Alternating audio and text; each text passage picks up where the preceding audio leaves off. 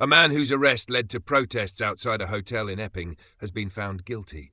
Hadush Kebatu from Ethiopia touched the girl and said he wanted to have a baby with her during one of 2 encounters in Epping, Essex, on the 7th and 8th of July. His arrest led to a wave of demonstrations outside the Bell Hotel, where Kebatu was staying as an asylum seeker.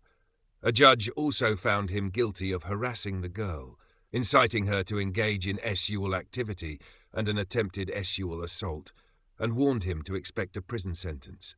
Kebatu told the judge he had been living at the Bell Hotel for about a week before his arrest, having travelled through Sudan, Libya, Italy and France to get to the UK. He insisted during his 3-day trial he was not a wild animal, adding, "I can't do these kind of things. This is anti-Christian. These are just children, innocent children." But District Judge Christopher Williams said Kebatu created a version of events he'd only decided upon when he took the witness stand.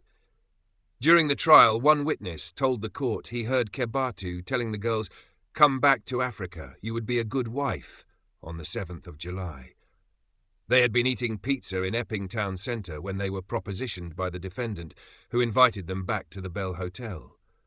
Out of nowhere, he said, "I want 1 baby from you and 1 baby from your friend," the girl told police.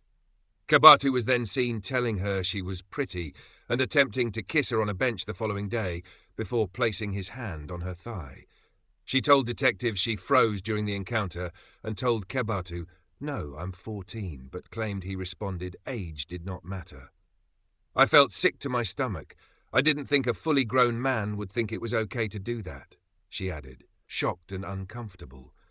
Kebatu was overheard telling the girls he was from Africa and paid €2,500, £2,155, to arrive in the UK on a rubber dinghy, the court heard.